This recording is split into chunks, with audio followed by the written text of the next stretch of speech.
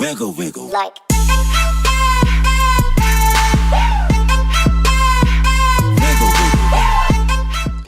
Hey, welcome back. Now we're going to be doing another nation versus nation. We've done actually quite a few of them. We did China versus Russia. We've done Russia versus Germany.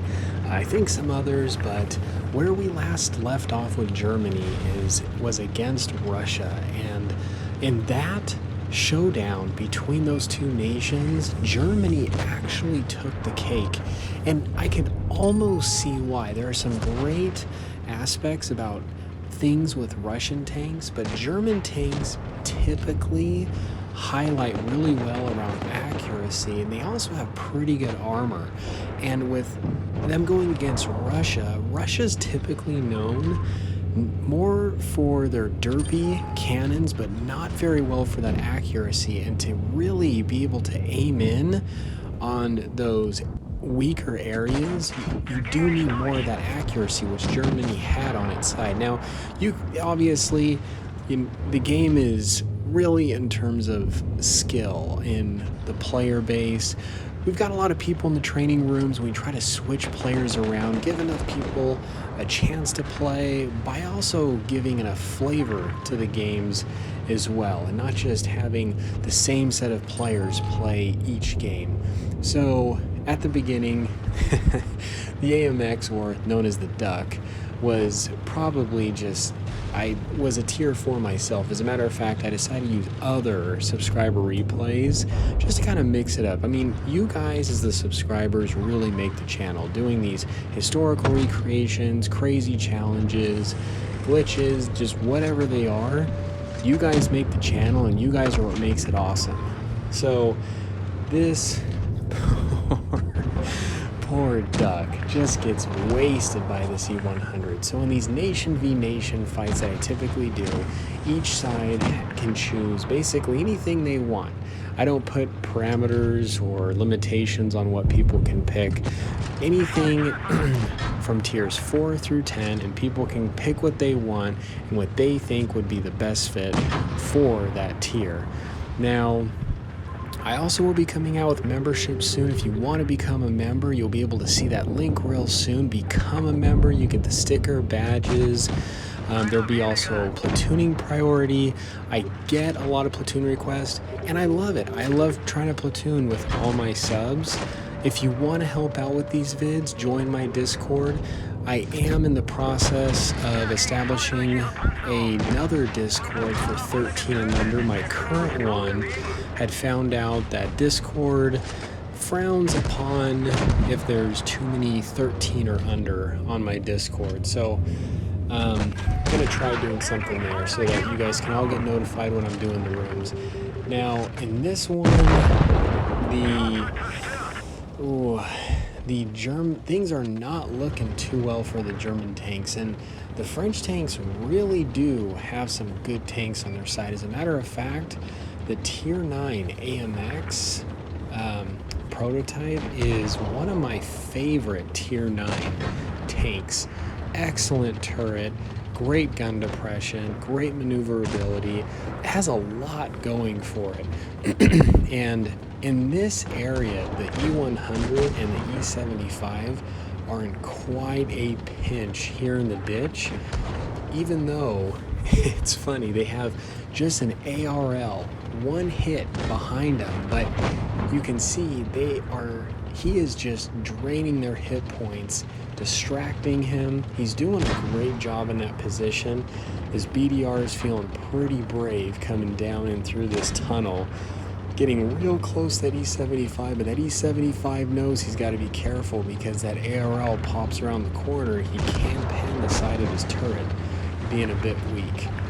E100, that I must say that BDR got lucky, because if that dead AMX M454 wasn't there, he probably would have backed up all the way enough to finish him off. Wasn't the case, and here the BDR goes, feeling brave, and what do we see here? That's almost kind of one of the fun things about having all these different tiers. Well, the French took the first round. They won round one. We're going to do a few rounds of this and just kind of see how it turns out. This is obviously doing this voice recording over the replays. Know what happens, what makes it fun for you. So as I mentioned, I was the hetzer in this.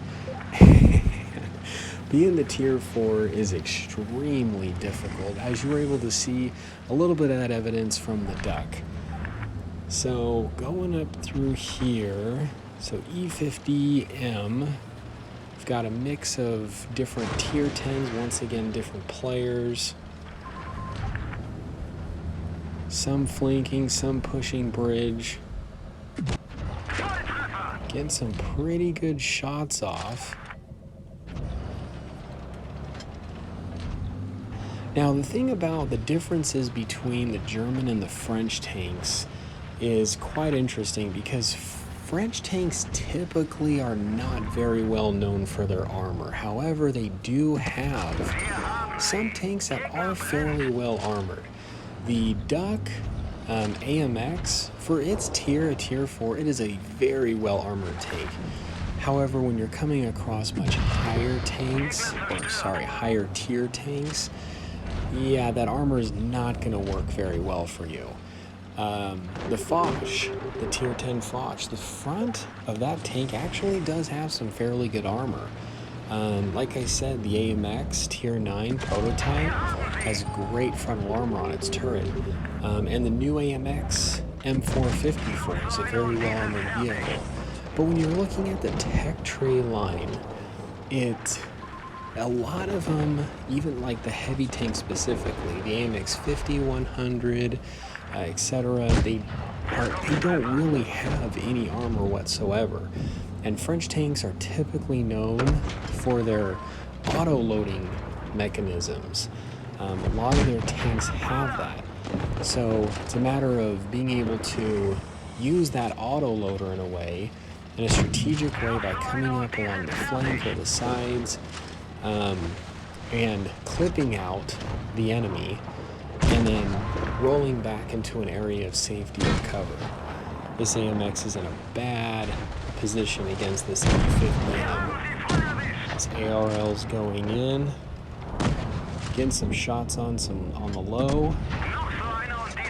Now in a little bit of a pinch here. So right now, Germany is ahead so far. Doing pretty well. Only 2 down. Only 2. Wow. Never mind. 2 down on the German side and 6 down on the French side. Last one trying to hide. He's the tier 5. Trying to get away, and honestly at this point there's not a whole lot he can do, which puts him in a pretty bad position, especially when the German side has an E50M.